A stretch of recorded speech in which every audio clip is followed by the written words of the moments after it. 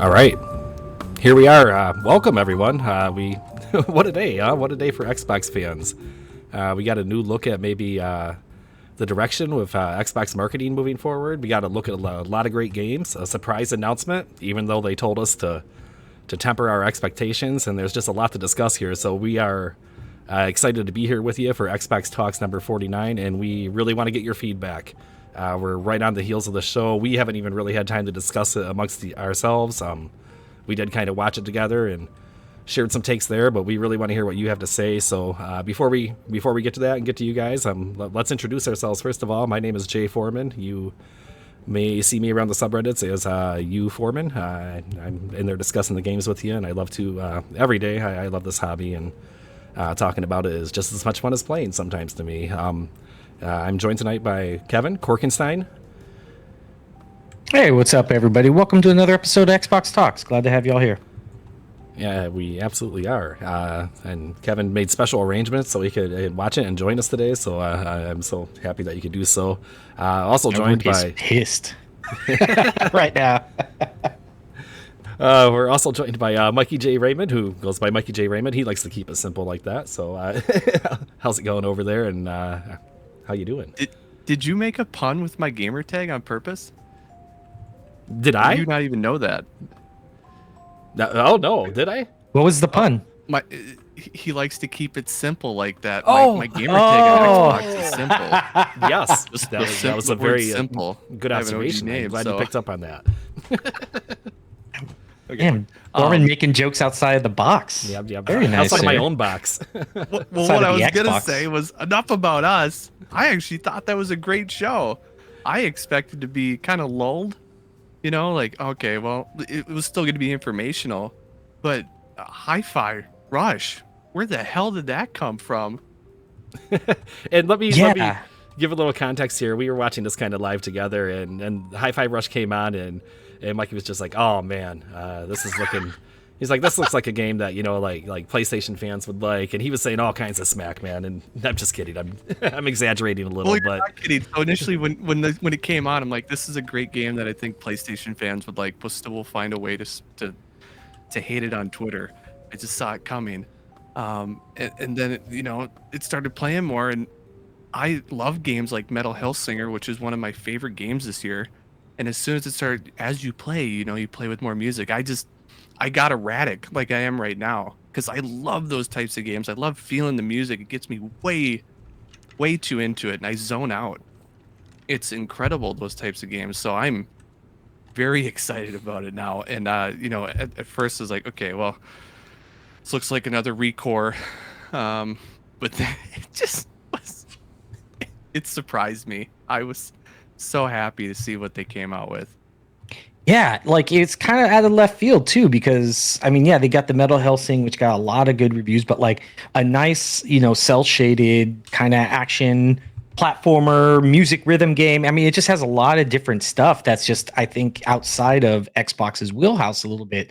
So for them to kind of bring this into the platform, I think it's a good move. The game looked gorgeous. It actually was the dialogue I didn't find bad. I thought it was pretty funny. I chuckled a few times.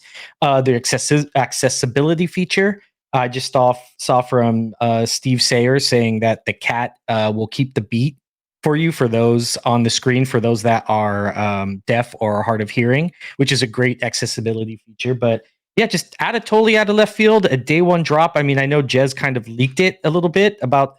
I think it was Jez that leaked it a little bit, but still, I wasn't expecting that. So kudos to Tango.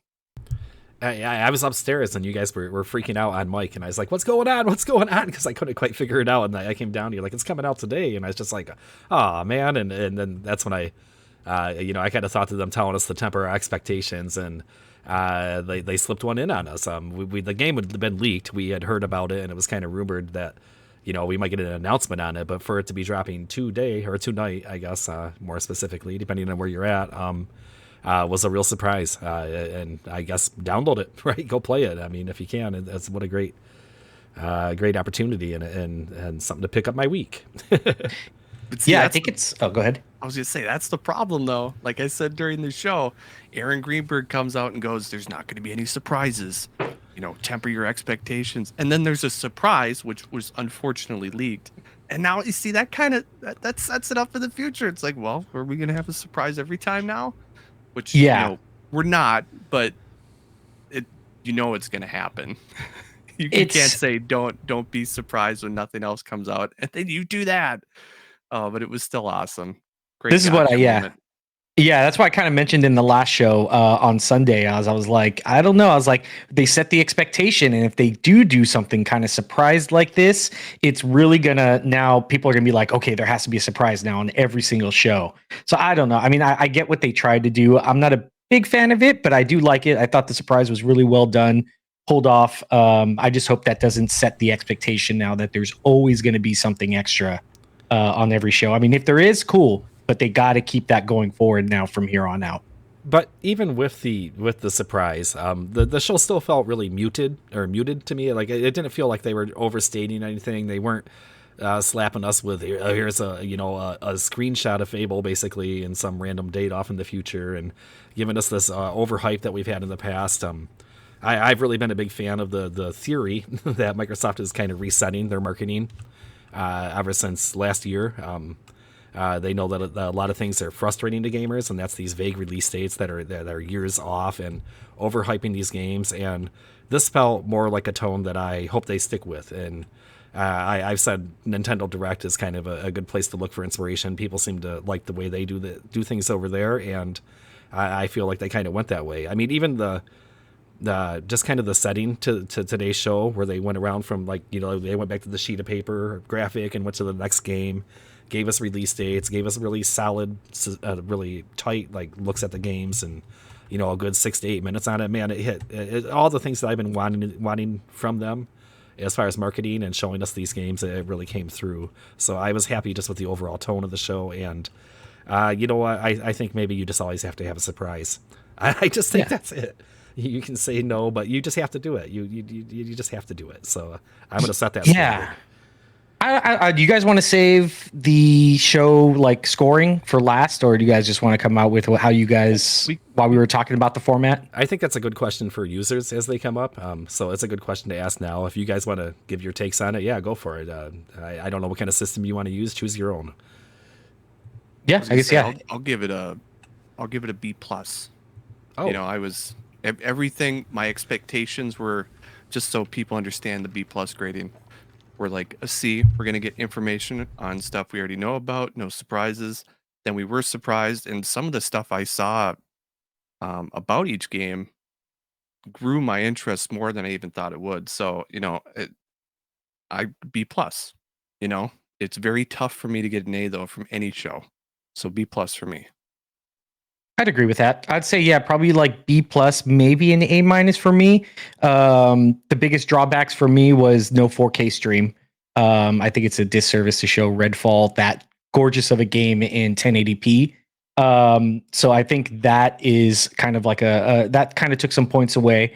And then, I think the everything else in the show was great. I really hope they go forward with this format. It was very personal. It was very in depth. It really got a lot of passion from the devs. They kind of got to show off what they were working on. I think that format is going to be a strong start for Xbox moving forward. As much as I like hosted shows, I really hope they continue with this. So A minus, B plus for me as well. Yeah, and I think it would have moved into A minus because you bring up the YouTube stuff. Why it wasn't in 4K? And just so everyone knows, you can go watch trailers right now in 4K 60, like Redfall. Their whole deep dive is out on Bethesda's channel, and I watched it right after the show. And looks way better uncompressed at 4K. Oh yeah. Just throwing that out there. Go No, ahead, Foreman. Sorry to cut in. It's a really good thing to point out because in the past we've had people going to Twitter and taking screenshots from the 1080 streams of various games, not just Xbox, PlayStation as well, and they're like, "This looks so muddy. This looks so awful," And what they've done is they've taken the snip tool on Windows and captured a part of the video in 1080p on their screen, and they're describing how how just muddy the graphics are, and it's just you got to use your noggin sometimes when you're seeing this stuff out there, and you have to think about it and where are these people sourcing this, and 4K is the way to watch it. It does a disservice to them to stream it in 1080p, and I'm not sure about the restrictions on YouTube live streaming. I was under the impression that you could do higher fidelity, but maybe there were reasons that they chose to go that route. But if you're a huge fan and you really want to see these games, just like Mikey said, go out there and look for the 4K versions of the trailers, especially Forza and especially Redfall, in my opinion. Oh yeah, don't get me wrong. The show was amazing. Like I said, I think it's A minus, B plus is definitely a fair shake for the show. It's not a bad score in any way. I loved everything about it. I just wish it was 4K. That was my only gripe about it. But everything else, I'm still kind of shocked about what we saw and how their marketing stepped it up this round. Go watch the Hi-Fi Rush trailer because I was watching a little bit while you were speaking there. It also looks great in 4K 60. Phenomenal. Very colorful. No compression or artifacting like we had during the live stream. The live stream did a slight disservice. So if we can work on that with YouTube, Xbox, you're a big enough company. Try to get maybe a little bit more bit rate thrown your way. Maybe you and Google can shake hands and like I said. Speaking of Hi-Fi Rush, I do want to read out a comment here. Anubis XG says, "Hello everyone. Hi-Fi reminds me of Sunset Overdrive meets Jet Set Radio. I'm not a rhythm game guy, so we will see." But yeah, I kind of agree with that. Like the whole platforming, riding on rails, kind of Sunset Overdrive, and then the Jet Set Radio, Hellsinger, kind of that rhythmy action of it. I think it's fair comparison. I made that exact comment during the stream. That was my exact first two impressions when we were looking at it. I was like, this looks like Jet Set, and then I was like, oh, kind of like Sunset Overdrive too. So great minds think alike. It must be a genius, that guy or lady. They also said, heads up, Hi-Fi Rush is up now. Just hit install. So there you guys go. I'm looking forward to the show, the screenshots and the video. I'm looking forward to see the user content from that game, I guess is what I'm trying to get out of my mouth here. I'm looking forward to find out more about it. We should talk about Forza a little bit too. Were you guys impressed with the look of the new motorsport game? I mean, we knew it was going to look pretty. We knew that, right? And so but we weren't surprised by that. Just because we knew how awesome it already looked. I was taken aback by we're getting ray trace reflections 4K 60. Yeah, I think that's the big takeaway from that whole segment right there. Like if you're running with anything, that's pretty crazy. Yeah, because that just seems nutty to me. Do we have another game that's 4K 60 with ray trace reflections? No. And not to. I'm not beating up on the competition by bringing up Gran Turismo, but I don't think they did. No. And I know in Horizon we had, I think, something like ray traced audio or something weird. But reflections, that's new. And in a racing game, that's going to look pretty sweet, I imagine. The little shot they showed, or that was shown, showed a car riding up on another car's bumper, kind of, and just like the pure reflection off the car in front's bumper of the car behind it, like it looked amazing. And I think we were kind of talking about this maybe a week or two ago, and car games, racing games are usually like the graphical show house of systems, and it's been that way for a long time. Like that's where, for various reasons, we're able to see what a system can really do. So yeah, it was really I almost didn't believe it still. I was like, when they first announced ray tracing, I'm like, well, that's probably just in the, when you're previewing your car in like the garage kind of thing, and we've seen people go that route already with racing games. But during their one point during that segment, they were just like, ray tracing, 4K 60 gameplay. So that's amazing to me. And then that already opens questions to me. Are we going to get a fidelity mode and a performance mode? And if so, are we going to get 120? I would assume so. And, how big of a hit is that going to take? But those are questions I don't care about. That's just gravy. Well, they did say it's the most technically advanced racing game. So, I mean, I believe it after seeing the audio, the visual, like you said, 4K 60 ray tracing. I mean, that's all three of those in one sentence is like Mikey was saying, isn't something we hear too often. So, No. I think that's amazing. I mean, 500 cars. I mean, to kind of dunk on Gran Turismo 7, I think one of the devs did come out like recently and was like, it takes us, a year or something to make one car, and then Forza's like, haha, we have 500 of them. So like, okay, like that's I don't know, but I mean, especially looking that gorgeous, yeah, I'm still blown away by Forza. Every year they always take it up, turn 10, another notch, and this is definitely, I think we're starting to see the true next gen titles that are coming out now that are going to be pushing the Series X. Forza's setting that bar. And to give a little bit of background to the car number, I remember back when Xbox One launched, they actually reset the number of cars that they had because they started doing a new format. They were, I believe it was laser tracing or something like that, and they even mentioned it how they captured the tracks. And people are very upset because they're like, why don't you just import the old models? And it came down to the fact that they wanted quality models moving forward. So I'm assuming many of those continue to carry through just because of how high fidelity those scans are. They can continue to carry them through because of their new system. So, I believe the Gran Turismo dev when he says it could take a year, because this is built off now 10 years of making these cars, and that's why we're at 500 now today. I'm assuming it's not 500 new ones, which is okay. Just 500 options is pretty incredible. I think I picked up the most new cars ever, which would mean maybe not 500 new ones, but still a good deal of new models brought to the game. Oh, 100%.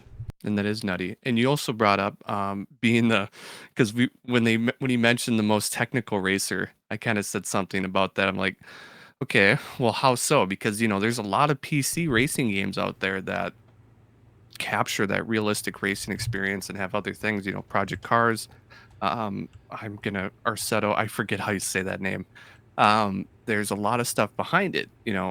Project Cars used to use PhysX for their racing physics. So it ran terribly at the time on AMD cards, but it was baking in these really well done physics engines behind the scenes.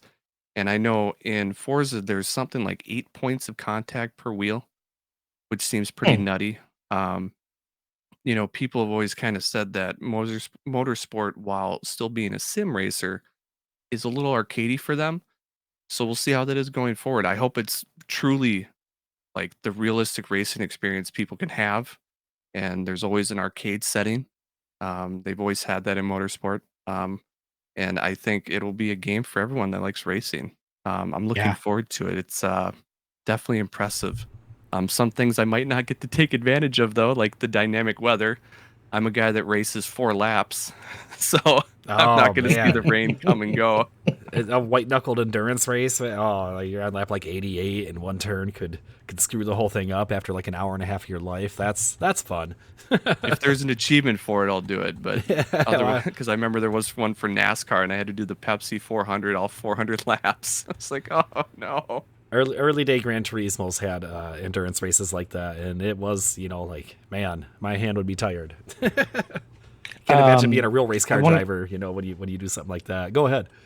Yeah, just to bring in another comment down here from the post. If you guys want, you guys can come up and talk with us, tell us your thoughts, or post. I'll be reading the comments live here for you guys. I want to make sure I'm pronouncing this right. I think it's Svik or Svikugen. Sveakugen. I'm sorry. Said solid show. Forza looks incredible. We'll see much more of it tomorrow, though. Maybe a release date then. That's actually a good point. It just said coming 2023, so I'm not sure. I was really stoked when I started seeing release dates, and then Forza came out with that. Not a knock on it, but it was kind of a little jarring. So I mean, I think they are supposed to have their own event, I think, coming up pretty soon. So maybe we will get a release date. But yeah, just good point. And somebody does bring up a good game. Ayla Music would they mention would be neat if one day we could have something like Beam NG physics inside of our games. And if anybody doesn't know what that title is, just look it up. Beam Mhm. NG, and it's based around being hyper realistic in terms of car collisions. It's actually really nutty. Which we do have car collisions, but I doubt we'll be seeing something like that in motorsport, although it would be neat. I've It, never seen a racing game recreate it since. yeah, Oh it's. yeah. I don't think it's fun for the majority of gamers, but it is fun for people that really get into detailed sim racing. Because realistically, if you knock, if you knock tires with someone, like you might be done. Like that could be the end of your day, and that doesn't always in a game like Forza that doesn't really transition like that. But when you that sounds like fun to me. I don't know. I'm sure it takes a special breed. Yeah. Yeah, let me see. Read some more comments here. I just had one and I just scrolled up. Let me find it. Um, I mean, take care, brush your hair. I love the username. Maybe it was the 1080, but I thought Forza was underwhelming performance wise. I thought we might get a little more info on the multiplayer and how it works since FH5 was pretty lousy multiplayer at launch. I'll have to watch the standalone trailer. And I think that might be kind of fair. I thought it looked amazing. I mean, they showed definitely more technical than gameplay and actual like what the base game of it actually has, the meat and potatoes of the game. You know, they went around the plate and kind of showed off, ooh, look at this fancy dish, but they didn't actually get to the meat and potatoes, which is I think is a fair point. I hope at their own standalone show that I believe they have coming up soon, we will get to see that meat and potatoes. But that's a good point as well. We heard something about a reworked career mode, which is pretty exciting to me. I find that a compelling part. I know multiplayer is big for a lot of people, but for racing games, I love a good single player story. Working my way through, I think Mikey, you've talked about progression before, and that's it's important. Maybe not getting right to the supercar in 4 races, like having a little bit of a grind to get up to that point makes it more entertaining for a lot of people. Right. Oh yeah. And I was excited to hear about that. Kira LRT, thank you. Says tomorrow Forza will have a direct, so maybe more info on the game then. So yep, there we go. We got it. Forza direct tomorrow. I knew I just wasn't clear on the dates right now, but yep, we'll have something tomorrow hopefully. Yeah, there's also expanded Elder Scrolls Online content happening, I believe, maybe right now, if not shortly. It was supposed to take place tonight after the show. If you're into that, I know the players that do play it are very passionate about it, and every time we talk about it, I praise the community because my experience there was very helpful and friendly players, and I hear that anytime I hear people talk about the game. So there was some announcements surrounding that, and what did we get? Like all past expansions are available now for free to play, and it's just to pay for the new ones, or Are we moving over to ESO? sure. Oh, is that what you were talking about? Oh, Yeah, sorry. yeah, yeah. I was reading comments right now. Nope. He was not listening to you. I'll answer. It was it seems free to play for a trial. If you read the bottom of the screen, it looked like a timed trial, which is respectable. I know like the complete edition is generally fairly cheap. You get the base game and all the expansions alongside of it. You get the base game with Game Pass currently, but it, you know you'll have to buy them all.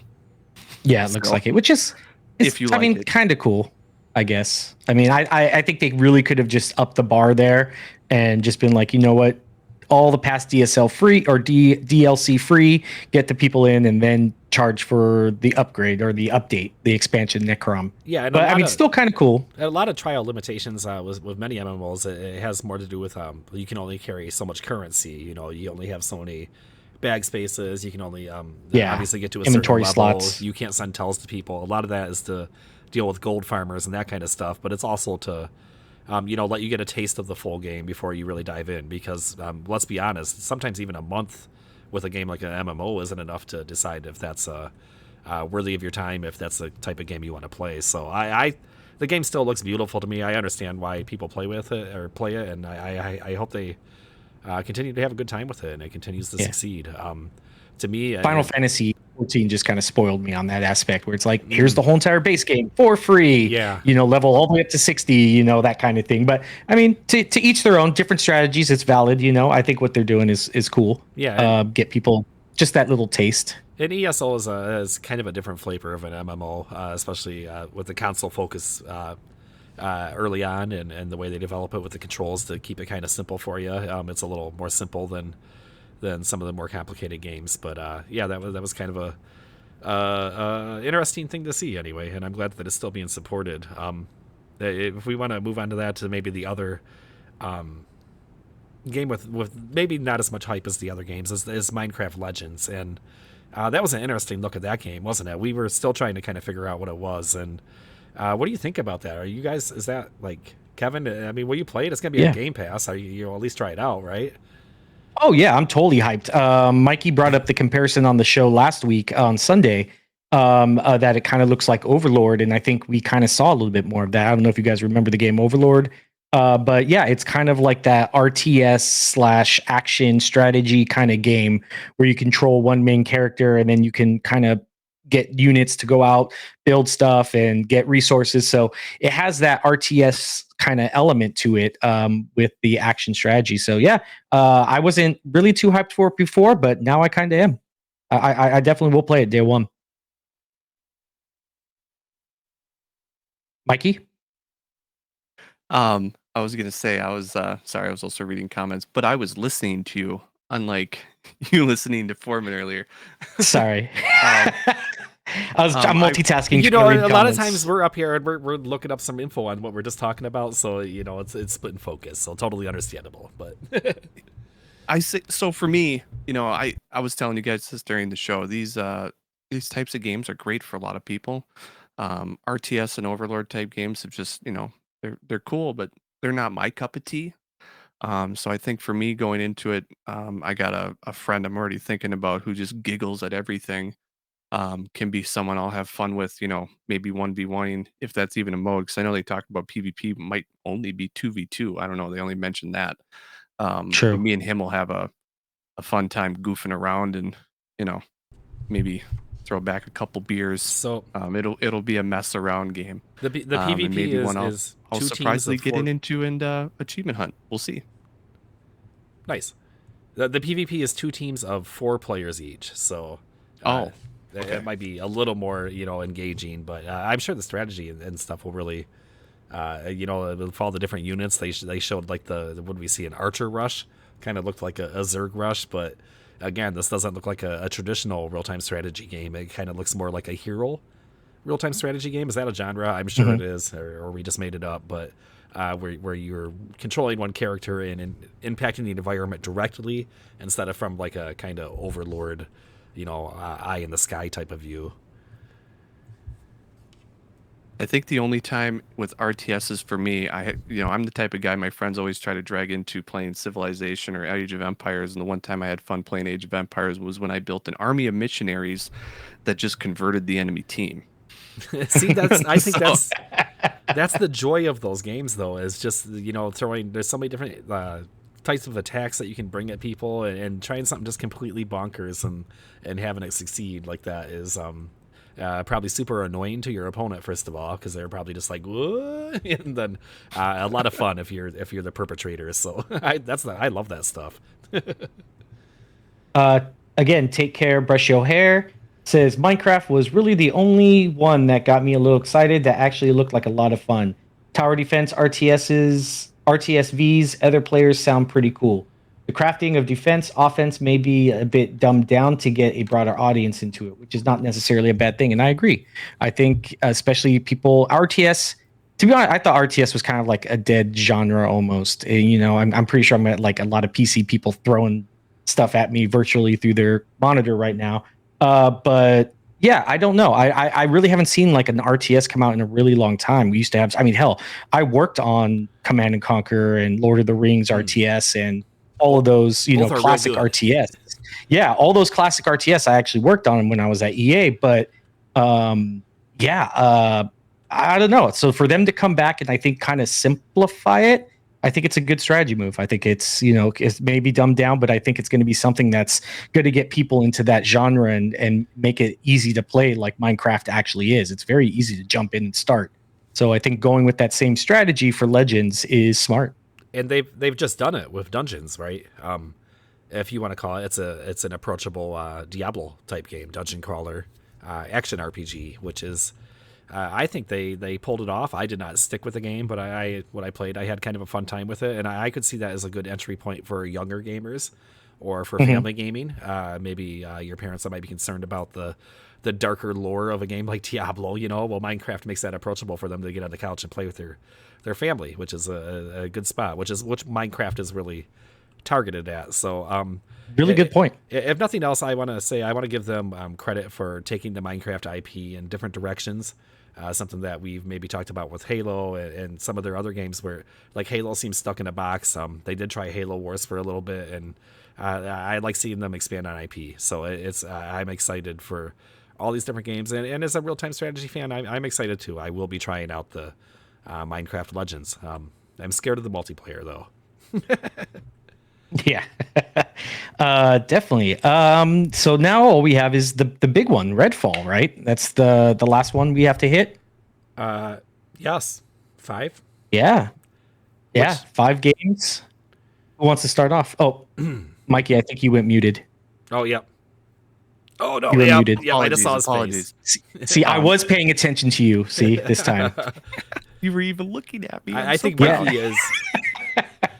Mikey might be the most genuinely excited for Redfall. I'm very excited, but I saw joy in Mikey's eyes when he was looking at this game. So let's hear what you thought about the preview today. I was gonna say, for people watching the video right now, you'll see I wear sunglasses, but when it's just us, I don't wear them. I'm looking right at the screen. I at first I was kind of thrown off a little bit because I will say, sometimes they pick people to play these games that don't play them how somebody normally plays.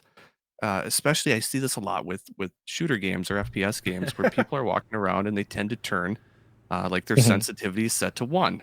Yeah, this is a great point. I'm laughing so hard because I've never really like conceptualized this before. But yes, and they and they do this to frame, whatever it is they want to show. And if you go Yeah. back, and I'm gonna again urge people to go watch the 4K 60 gameplay, um, because I watched it immediately after the show, and the particle effects just came through. Watching that compressed version, you almost couldn't tell what was going on around the screen so much.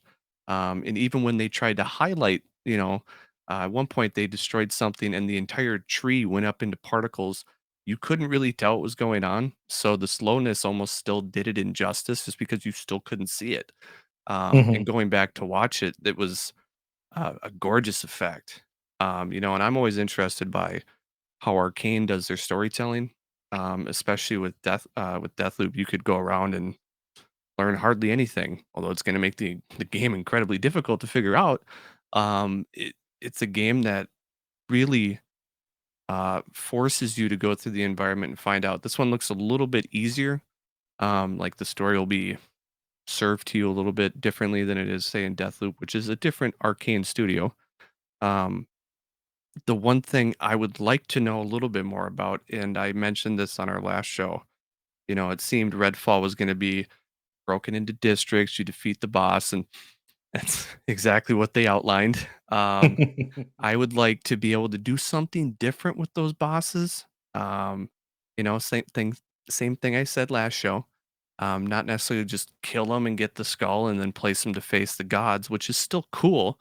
I would just like another option, because that's what Arcane is so good at doing. They mentioned while they were walking down the steps, they're like, you can play missions, you can attack them from different angles, however you choose. And, he threw out his robot and distracted the enemies and then shot them. And it's like, well, what other ways, go back and show me a different way to do that mission. That's what I wanted to see. The game still looked great. It looks really fun. Like there's going to be a lot of stuff to do, things that hopefully aren't too much like a list of activities to check off. They seemed unique. And I like that there's a good balance of different vampires. It's not just vampires running around trying to suck your blood. There's ones with different abilities. There's ones that, they showed that cloak thing, and it's just super annoying stuff that you want to take this thing down immediately so you can actually fight other things or get out of this zone bubble, whatever it was casting. Stuff like that's fun. And I Mhm. hope to see more variety as more of this game is, shown. And I loved it so far. I have been hearing some people say downgrade on Twitter, and that one I don't get. Um, Game looks just as good, looks better than any arcane title before it. So that one was different to me. Um, Fantastic. What did you guys think? I liked it. I thought it looked pretty amazing. I mean, I think the downgrade comment comes from because it's 1080p stream, but like if you go back and watch it in 4K, it just looks jaw-droppingly gorgeous. I think that's maybe where the downgrade comment might come from, which we talked about earlier. But still, I think it looked amazing. I love the little hub worlds. I mean, that's Arcane's magic right there, like Dishonored and Deathloop. You all go to this little world and then you interact with the world in your own way. And I kind of like that. I think making Redfall a big open kind of world aspect would have been a bad idea, but how they're doing the hub worlds, love it. The multiple ways to attack a mission, it looks like you can still have that dishonored kind of stealthy gameplay, or you could go balls to the wall like Deathloop at times. The freedom of choice that they're giving you and the different weapons, it looks great. It just jaw-droppingly gorgeous, smooth gameplay. It looked like 60 frames per second. Deathloop was, so I don't see why they would go back. But yeah, everything about it. I think you did mention you did see a tab for skins, Mikey. Do you think MTX's Ooh. microtransactions might play a part here? I hope not. It wasn't in Deathloop, so I wasn't sure, and I'll have to go back and watch it. Is when they were showing the the knives that what are they called that you put at the end of your guns? Bayonet. oh, vampire sticks. I think is what they Vampire call sticks, them. yes. Yeah, they call them vampire Your stakes. stabby parts. Stakes. There we go. And I thought I saw skins for a second. And if that's true, hopefully it's unlockable stuff for the most part. Yeah. If not all of it, it should be all of it. Because this is a $70 game. So, but we'll see. You know, they could do a battle pass type model, which would kind of maybe suck. But it is one of those open world co-ops that hopefully they keep throwing more content at it. You know, give it maybe the Sea of Thieves treatment or something. I'm looking forward to it. I'm excited. I can't see Arcane going the MTX route, the microtransaction. They haven't done it before. Maybe it might be something for like DLC, but so far it looks like everything in game is unlockable. Like the weapons we saw, you go around fighting. It's kind of that typical RPG looter shooter kind of aspect of it. What do you think, Foreman? What was your impressions? Well, first of all, the game looks clean. We were kind of talking. Maybe the fidelity isn't there, and if people are saying it's a downgrade, I don't think it is. It's just a kind of a stylized choice by the developers, and that allows it to run really, really smooth. And I mean, I'm looking at it right now, and it's just, I think it has a fantastic look. I love it. We talked about maybe sometimes like they really concentrate on the details of the textures in the environment, and I'm not saying they didn't here, but they really, it looks like they focused on a really smooth, clean look, and I just love it. I adore it, and this is the first time I've really been excited for it.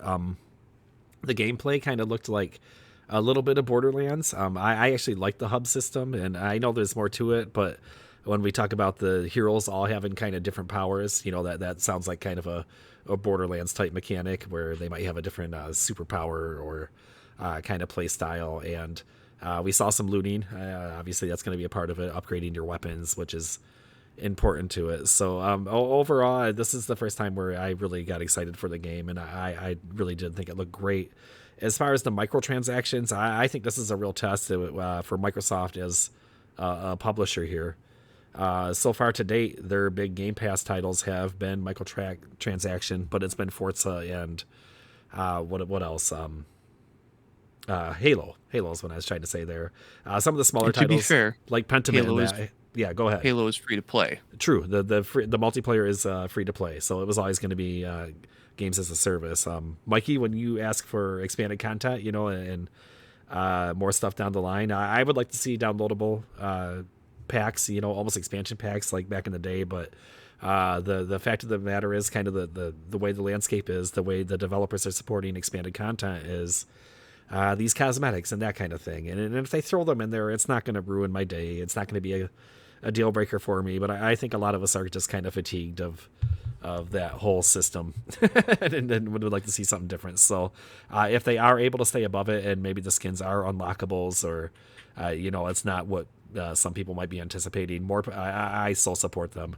I hope they steer away from that stuff. But yeah. choice looking Oh, game. go ahead. I was going to say one thing, in their defense. So there's Arcane, I think it's Arcane Texas, might be something else, and Arcane Lyon. And Lyon is in France, and they are the ones that did Deathloop. And there was skins in that game, but they were not microtransactions, as far as I'm aware. I looked for them, and I 100% of that game, and you could unlock them by doing various challenges and tasks. And they were actually hard to get because I think I only got like 1 or 2 out of what looked like 20 skins available in that game. So if they stick with that model, there won't be any. And so I'm not super worried given the developer's history. It's just not something they do. I So- hope Yeah. you're right. I really do, and part of me believes it too. I just like I said, it seems like almost a way for Microsoft to subsidize some of these bigger titles when they do the Game Pass release. But we'll see. I do want to read the the Fun Day paper. One of our users, he said they showed the deluxe edition content for Redfall, and it has a character and weapon skins included in it. So there we go. Looks like they will be unlockable. I like Mikey was saying, I can't see them going the MTX route. I mean, sure, it may be free on Game Pass, but I think I don't know. I think for them to go that route would lose a lot of consumer faith in them. They've never done it before, so I'm hoping that's not the case. But we will see. I'm giving them the benefit of the doubt. Yeah, and I'm definitely just a little bit on the. I believe I think you guys are right, but I'm also a little bit pessimistic. Like this is a point I've really been watching really closely about what Microsoft does to what I say is subsidize the Game Pass releases. And I know that they're getting a subscription rate from us already, but just to get a couple extra nickels out of them, and I hope they steer away from that. So this will be a good test for them. So I did look up the deluxe edition, and here's what it says. Players who pre-order Redfall or play the game with Xbox Game Pass, so you don't even have to buy it, will receive the Vampire Hunter Pack, which will include the exclusive Prim Tide Shotgun, which grants 20% increased damage for 8 seconds after killing an enemy, and a Polar Vortex multi-weapon skin and Blood Ravager stake attachment. There's the bayonets. So it looks like it's just going to come with Game Pass, which is cool.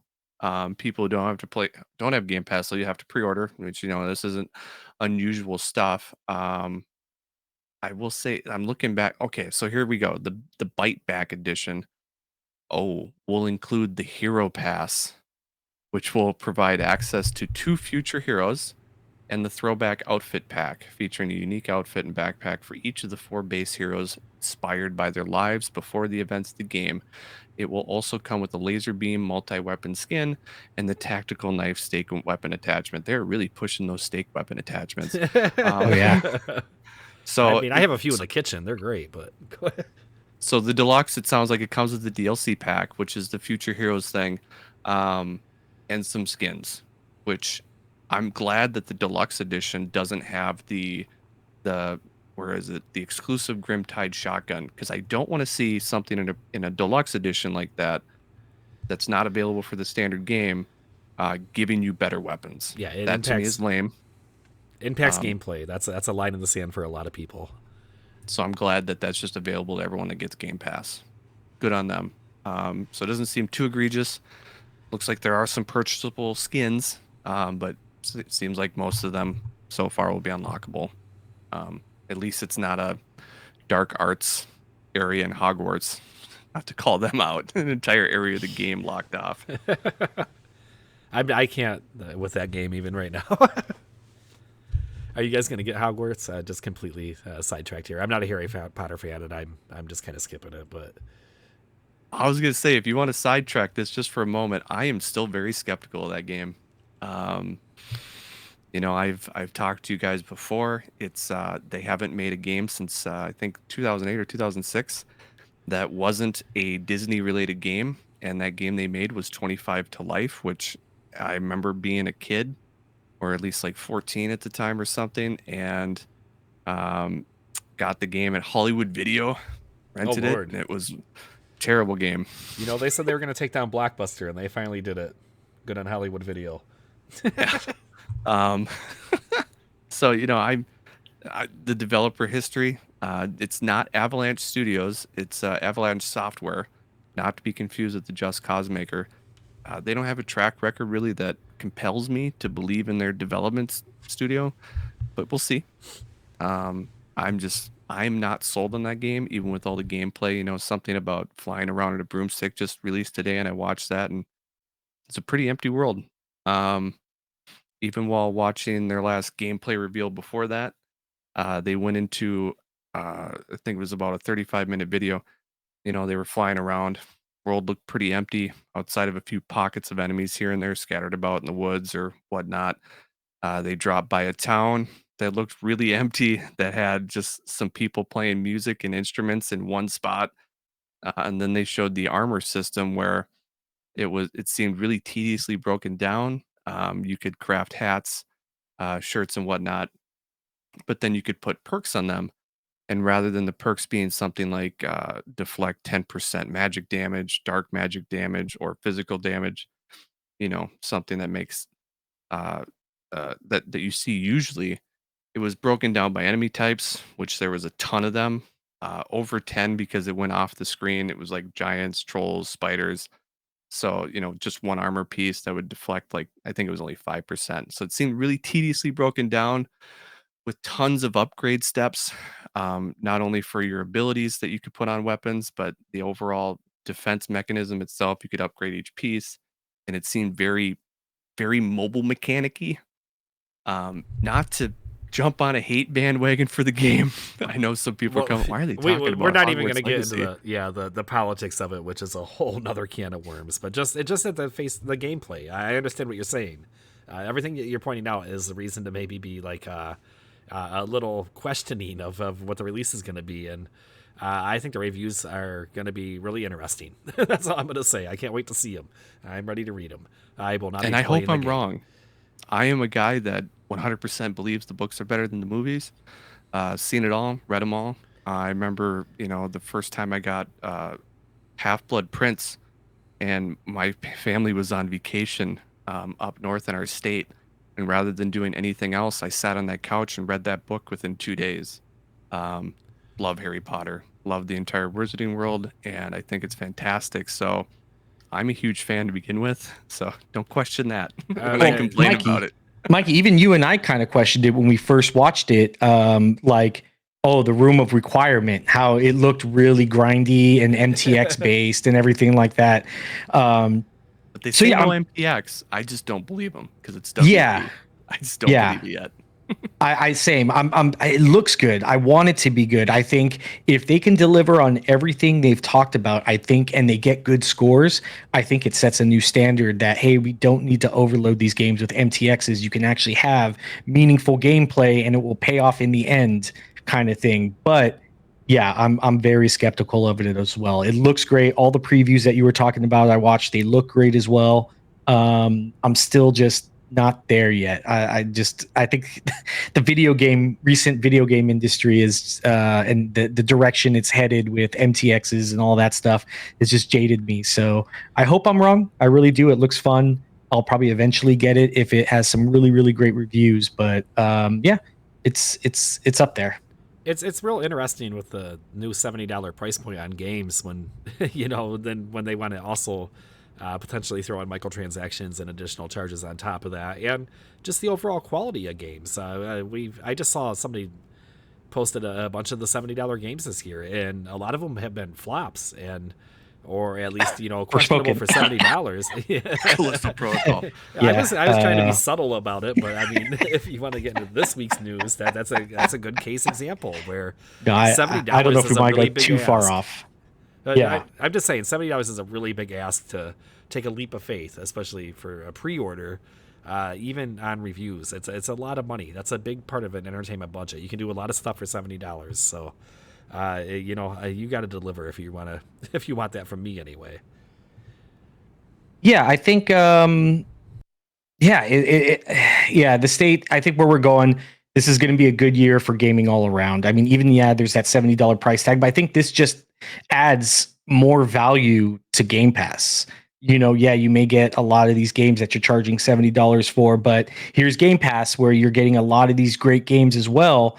And it's up to you if you want to try it or if you want to buy it afterwards. If your money's worth it to support the devs, buy it. I did with Moonglow Bay. Wasn't the greatest game for everybody, but I absolutely loved it. So I supported them after, even though I got it free for Game Pass.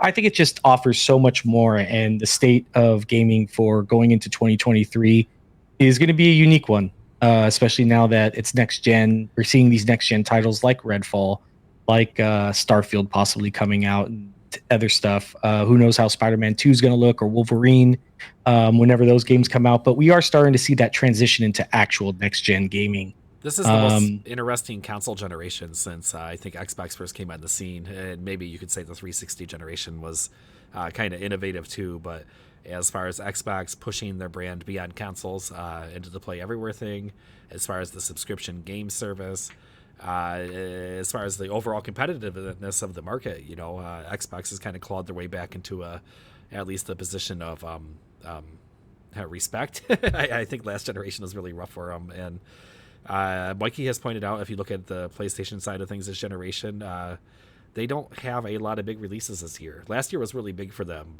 and I say this as somebody who's been enjoying the heck out of his PlayStation 5 the last couple months, it feels like now at this point. But we have Final Fantasy 16 over there, and Spider-Man 2. And I keep looking for other major releases, and I've asked people and talked to them in the comments about it, and nobody can really point to one for me. So I think this is a good opportunity for Microsoft to. We looked at that release schedule at the end of today's direct, and it's kind of like March, April, May, give or take a month. And plus we got a surprise game today, so we're starting to see a cycle. Yeah. Every month we're getting a title of note, right? And I think it's a really big year for Microsoft to kind of cement where they want to be this generation.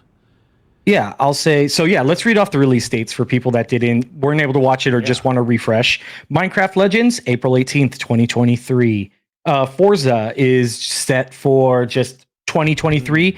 I'm pretty sure we may see something tomorrow. We've already talked about that. They will have a direct tomorrow. I think that's what they're saving it for. I think if they give away everything today, maybe people will be like, well, I already got the release date, so I don't need to watch tomorrow. This could be their hook. Get people involved and to go watch Forza. Let's do Tango Hi-Fi Rush. That is today. Go download it right now. It's available to play. And the Necrom expansion for Elder Scrolls Online, that is June 5th for PC, June 20th for Xbox. And last but not least, we have Redfall, May 2nd, 2023. With that said, what does that mean for Starfield release date? I feel... I'm going to say after all that. Mikey, where are you at? I was just going to say, do you want the optimistic or the pessimistic or both? How about the realistic? So, the realistic in me, I think there's still a shot for March. We get a end of February show announced soon, and they launch it in March. But I'm starting to think, because we brought up the Sony bit, and not to compare with the competition, but when the competition doesn't have a ton of coming out, you can kind of space things you have out throughout the year. So I'm also starting to believe that we get Forza in the summer, and I know that'd be very disappointing because all these games are supposed to come out before E3. I'm not super sure that that's realistic anymore. I think it's a summer release title, or August, and we see something like Starfield in the fall, like September, October. And I know a lot of people don't want to hear that, but I think they might be spacing it out because they don't want to release every single game back to back to back and have, Game Pass eat itself. But we'll see, because, that's what they initially promised. I think it could still come March and we get a February show. I think that's still a possibility, and I would love that because, I'm just wrapping up Skyrim achievements now after beating Fallout. I'm hungry for a Bethesda RPG. I really am. And I've been playing RPGs to get ready for this because I just, my body is ready. I'm with you though, man. I really am. It's just a special formula, and I love it so much. I've loved it since Morrowind for sure. And What's your also release date, Foreman? for Starfield, that's a tough one. Yeah. I still feel summer is probably my realistic release date. I think it comes after everything that was shown today. I think that Microsoft marketing is a little hard to read right now, and yeah, maybe it's possible that once they give us the direct that it's coming out next month, kind of a big splash like that. But I really feel like they learned their lesson with Halo. They want to make sure that this game is fine tuned.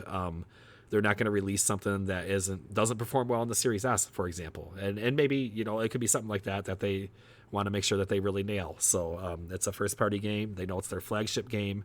We've had speculation that they might replace Halo as the face of the ecosystem, and I think that's a bit of a stretch, especially for a game that we haven't seen yet. But they are. We saw maybe last week that somebody had pictures of boxes, new retail boxes of the Xbox Series X, prominently featured Starfield on the back of it. It was like the Yeah. Starfield get up.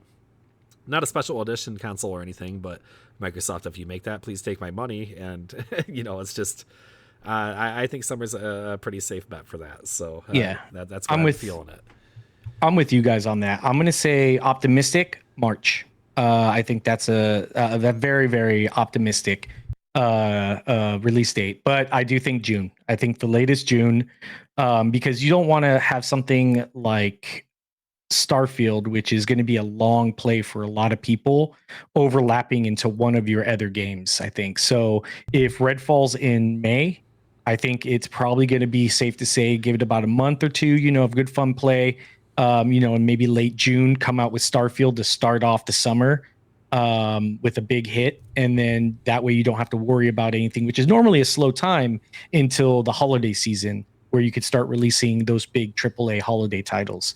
So either March or June would probably be my bet. Maybe April, but it's pretty we'll good. see. And one thing that Yeah. we don't want to get lost in the sauce is there are third party releases coming out that are major and significant, such as Diablo, and it's really looking like a good year to be playing on Xbox. We brought Play Beyond up here. Hey, how's it going, guy?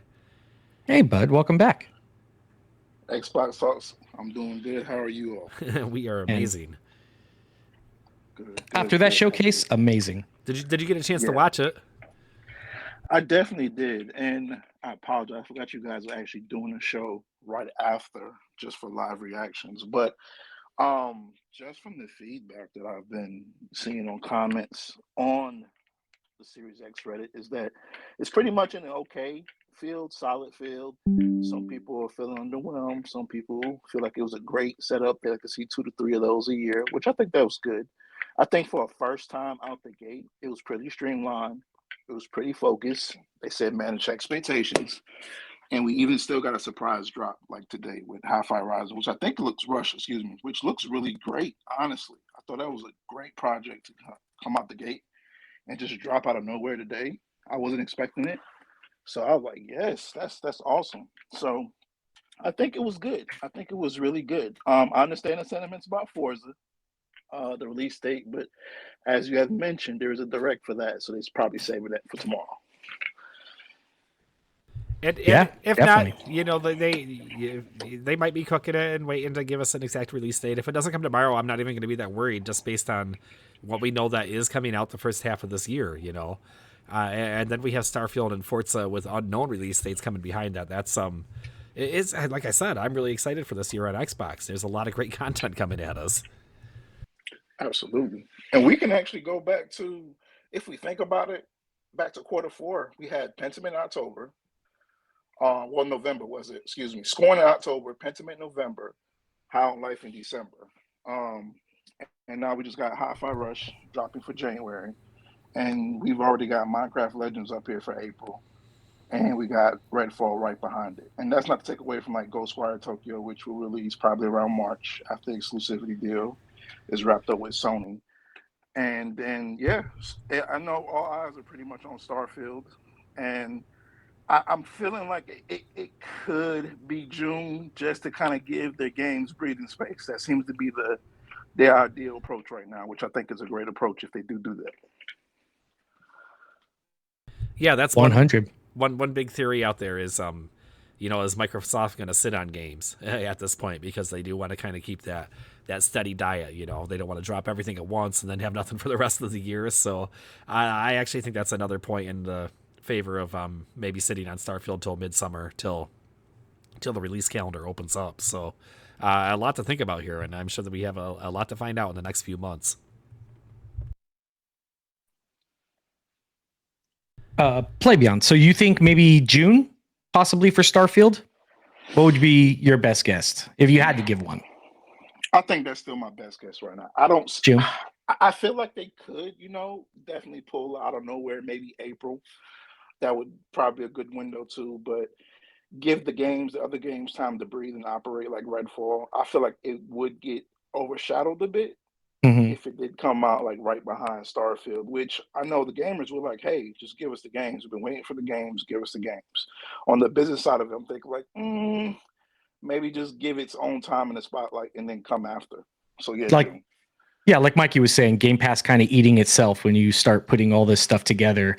It's starting to overshadow each other. No, that's pretty good. Out of the 4 or 5 games shown today, what was your favorite? I'm curious about. I'm not gonna lie. I'm very curious about Redfall. I've really never played Forza because I just joined the Xbox, ecosystem 2 years ago, I guess. Yeah. I played Horizon 5, which was good. So Minecraft Legends kind of caught me by surprise. I'm curious to see what the single player aspect looked like. I don't remember seeing much of it. I know there's a gameplay trailer maybe a year ago from kind of like the summer game showcase, but I don't remember too much about it. So I'm probably gonna say Hi-Fi Rush. I'm gonna say that game caught me completely by surprise. It looks very fun. It's not your general first person shooter, third person action rhythm based game, and it looks like it was made with love. So I'm curious to see how the game plays and feels.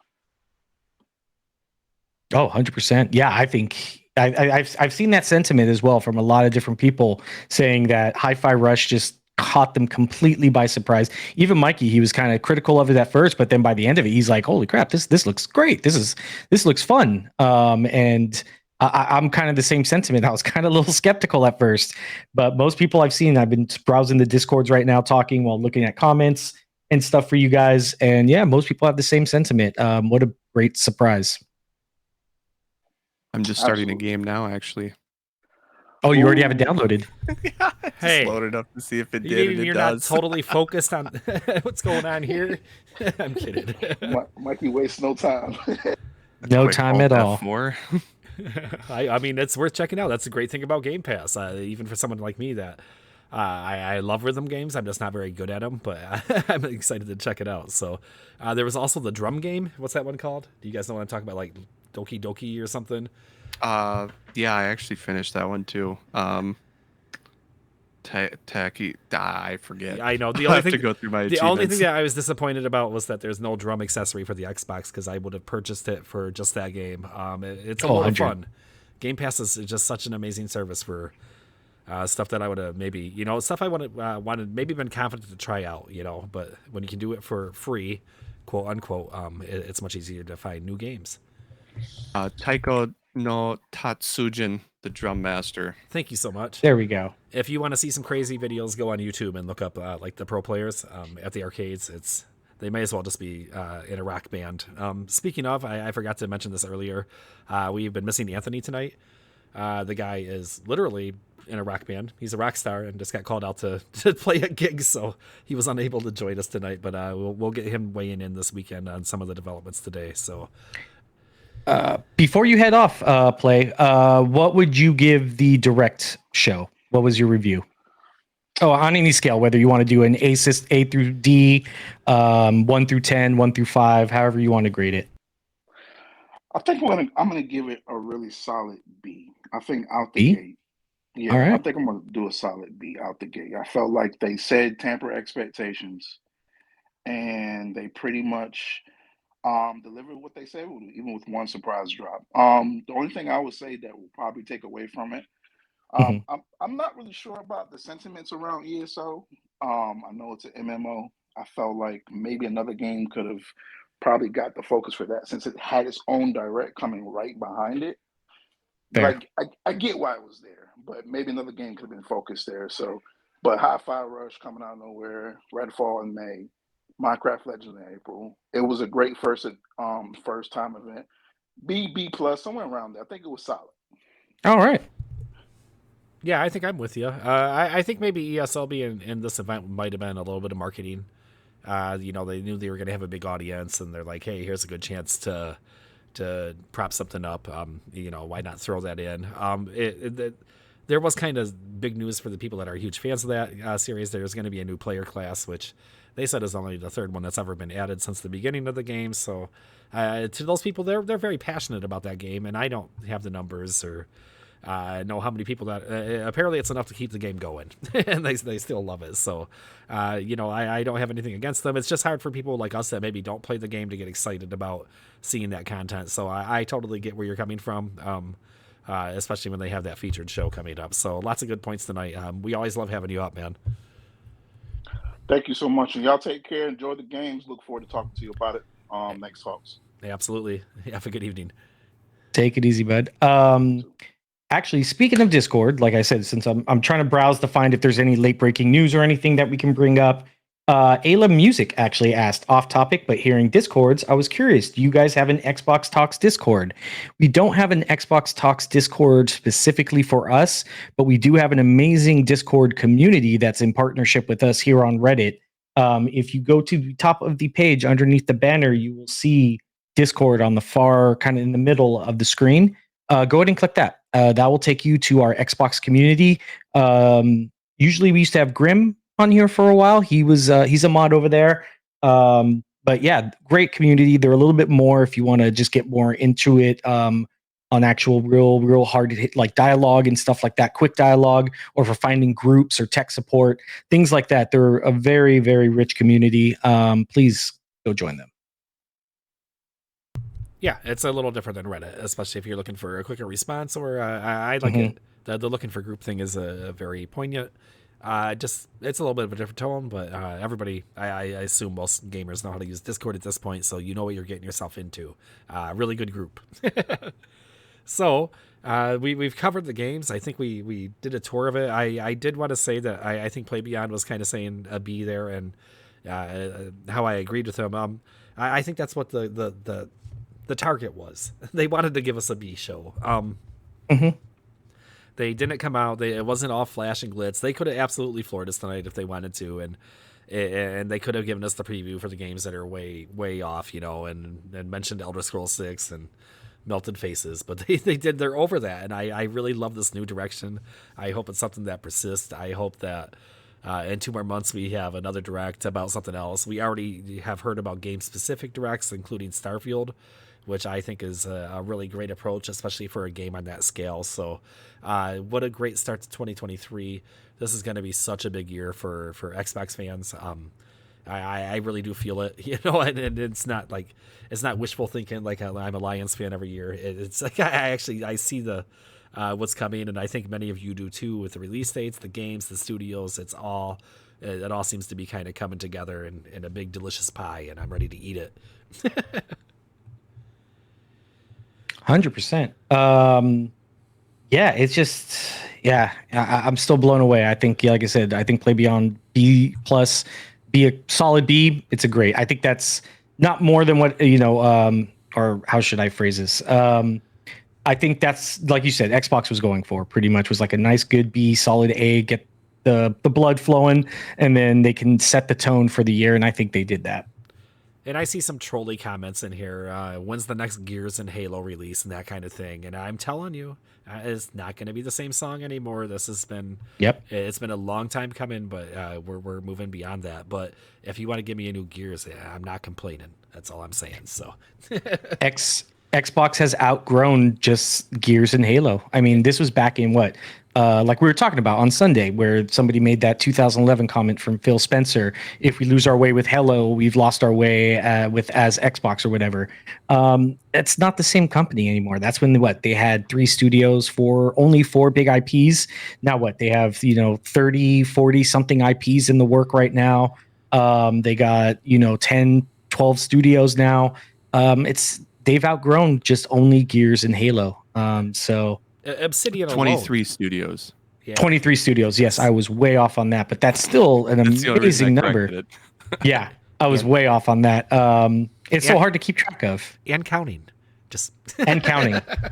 Yeah. Sorry about that. After acquisition, it could be a lot more. So, yeah. So I that's why, yeah. If people are complaining, where's Halo and Gears? It's kind of like, oh, okay. Like, I'm I just. hope we I- don't see Gears. I hope we see something different from the Coalition, to be honest. That would be Yeah. nice too. But like I said, I'm not opposed to a Gears. Sometimes this generation, just another one that's real focused on next gen tech. So, still a good series to me.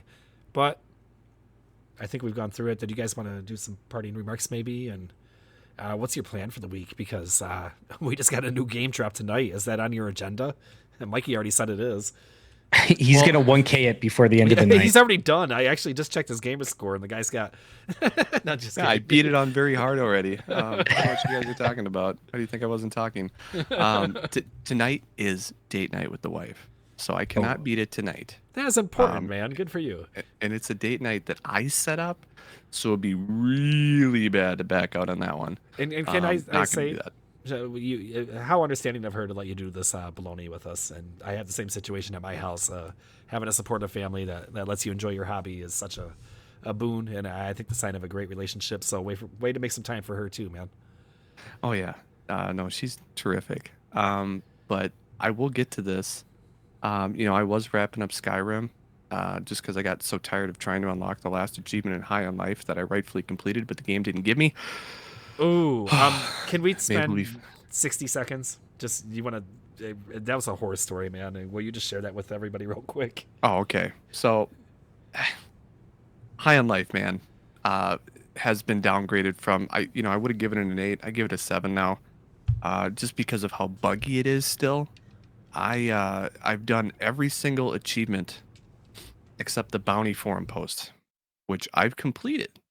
And here's the problem: there's Dr. Gurgula. There are 5 hints, well, 6 hints now, spread across the map and across the worlds, I should say, and I've collected every single one. And it even said completed in my log, only for it to now say find 6 hints. So it reverted, and I've gone to every spot on PC and Xbox, and they're not there anymore. I cannot select them. So if I wanted to do it all over, I'd have to go back and do every single forum bounty post again. So that means killing, 120 enemies or 480 in some of the categories, buying all the items again and all that stuff. And I just don't have the time for right now. So I'm very upset by that game. There's humor in it, but too many bugs, because initially it wouldn't even unlock for me. There was one where in Zephyr Paradise, it was to buy every item and it wasn't unlocking for me. I had to go on my Xbox, download the save from the cloud, and open and close the game 3 times before it appeared. So there's just a lot of bugs still at the game, and we got to do better.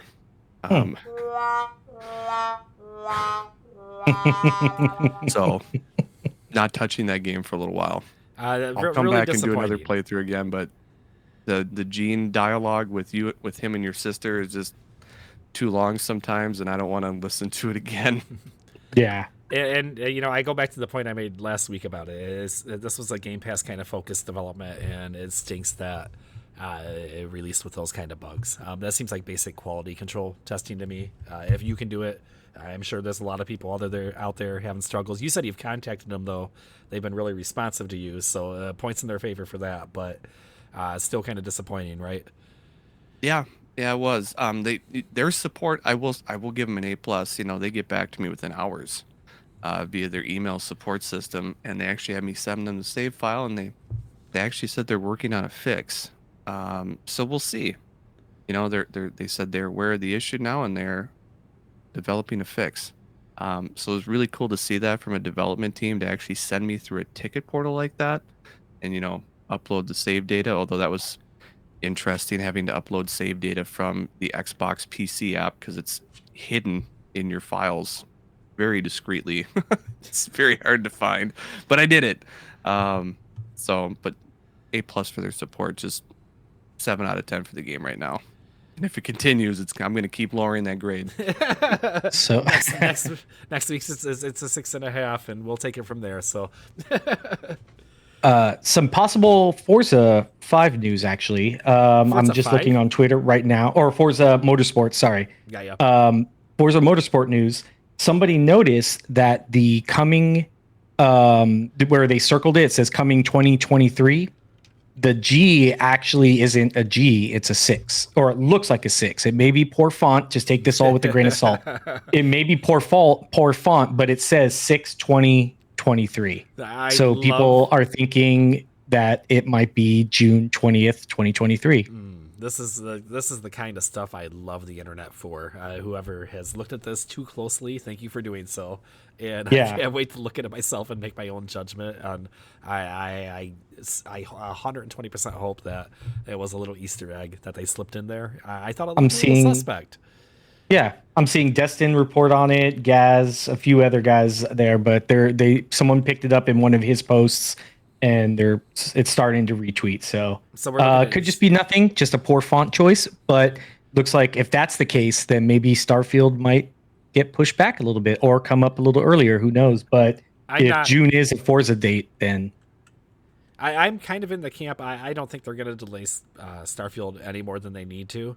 I just feel like they want to make sure that it's really polished. So I think there's a balance in there. But if it's ready, I don't think they're going to push it back a month because Forza's coming out that month. Like, yeah, I think they're ready to ship that tank thing, man. Once they know it's good, So I think that's all we're waiting for is them to know that it's polished. It's more than unlikely a poor font choice. We'll have to see, but just a heads up that's going around right now that may be coming across your feed on whatever social channel you participate in. Non-story. Sorry, yeah. I'm just looking at it now. That's a G. Sorry. I wanted to believe, Mikey. I love that stuff, man. Just give me a couple hours with it at least, but okay. I did say summer release, and it could still be, that would be June. That's such a stretch, just because the G looks a little wonky. Well, it does literally look like a 6. It does, but when you look at the R in series, it uses that same slant feature for the R. It just seems in tune with the rest of the font. Actually, if anybody has a GMT with the same font, we could see. Because that would be the same G then. Yeah, you could check it out. But that would be kind of a... I don't know. Has Microsoft ever really done a move like that? Where they'd be like slip something in a graphic or... Yeah, but this is new Microsoft. Maybe that's their direction. So I guess we'll see. The date is really believable. You said 6, which would be June. Yeah, would be June. That falls in pretty good is what I'm thinking. So, well, I think we've done it. I see Mikey over there getting ready for date night, and Mocha Worm is rocking out right now. Again, sorry we missed Anthony tonight. We'll see you this weekend. And yeah, B+, that's where we all kind of came in, huh? I think so. Yeah, it's like a B+. A- B+ for me. I look forward to more of these. I hope this is a continuing thing that they do. Mm-hmm. I would love more shows like this. I could see it even being more frequent than Nintendo Directs. We're talking about special shows for Elder Scrolls Online and for Starfield coming up, and also Forza. So if this is a new thing, yeah, I'm with you. This has me all the way. I think it should be the new standard for sure. Do we have predictions for the Starfield show? First of all, the rumor is March. I saw a rumor today that said March, and it's sourced by somebody, maybe Tom Henderson. I don't want to... he said that's when the show is? Yeah. Oh, okay. So I don't want to... I'm 90% sure that's the source, but go out there and look for yourselves. Don't pin it on me if I'm wrong. But that seems pretty fair to me. And then I think if we get a March show, then I think, that summer release date's still looking real good to me. I don't think it slips to fall. I think we're going to see it in the summer. Well, I will say this, not to give us too much hope. Todd Howard's on record as saying if it was up to him, he would announce a game a week before it launched. That was what he wants to do. And to their credit, wasn't Fallout 4 kind of they kept that one quiet for a while, didn't they? Yeah, I think it was something like 3 months. That's good. June. maybe 4. That's I think still. I think it launched October and it was announced at E3. I think, and that whole leakage about it beforehand. But Infamous. how cool would it be if Microsoft allowed them to do that? Because the game's already out. We've seen some demos, and then they just go, yeah, by the way, it's launching next week. Pre-orders are now open. There's nothing to Yeah. stop them. There's not a single thing to stop them from doing that. And if you're looking from a marketing perspective, that seems pretty impactful, doesn't it? I don't know if that's the better move than maybe a 2-month media campaign with advertisement and all that stuff, but I love that. That's all I can say. And I don't know, like I said, I don't know if that's going to hit the masses, maybe your casual gamers, but it will definitely hit your core gamers. Yeah, I think Tim Dog said February. He said he heard was a February show for Starfield. February. So okay, that could be maybe. I don't know. I mean, Xbox released this one 2 weeks, so we would have already heard something maybe for this time frame if they were going to do something early February. But supposedly February was the last date he heard. He's not really big on leaking stuff, but he is pretty reputable and has a lot of connections in Xbox. So I wouldn't doubt if February was the date, or was a date at some point in time. Well, I think we know that we're going to get a show for sure, so that we can confirm. And it has to happen in the next few months, right? So, I mean, I want to be on the record as saying that I feel like it's going to be early March. Early March. That's my guess. Mikey was right. It's just the font. So even Destin cleared it back up. They said kicking off 2023, the G's the same. So it's just really bad font choice. Womp womp. That really could have been a pretty epic moment. They're just trying to throw you off the trail. No, I'm kidding. They weren't doing anything. It's the internet being the internet. I know, but like I said, that's my favorite part of the internet. Let's get crazy out here. So. Oh yeah. Let's get to gaming, guys. Are you guys ready to shut it down and move on out? Sounds good to me. Right. Yeah. Oh, they're playing our music. They're playing us off. Is this the Oscars? Are we getting played off? We are, man. And are we getting played off our own show? Oh man. Awesome, guys. Happy gaming, y'all. Yeah, we'll see y'all on Take it Sunday. easy. I hope. Adios. Yeah, take care.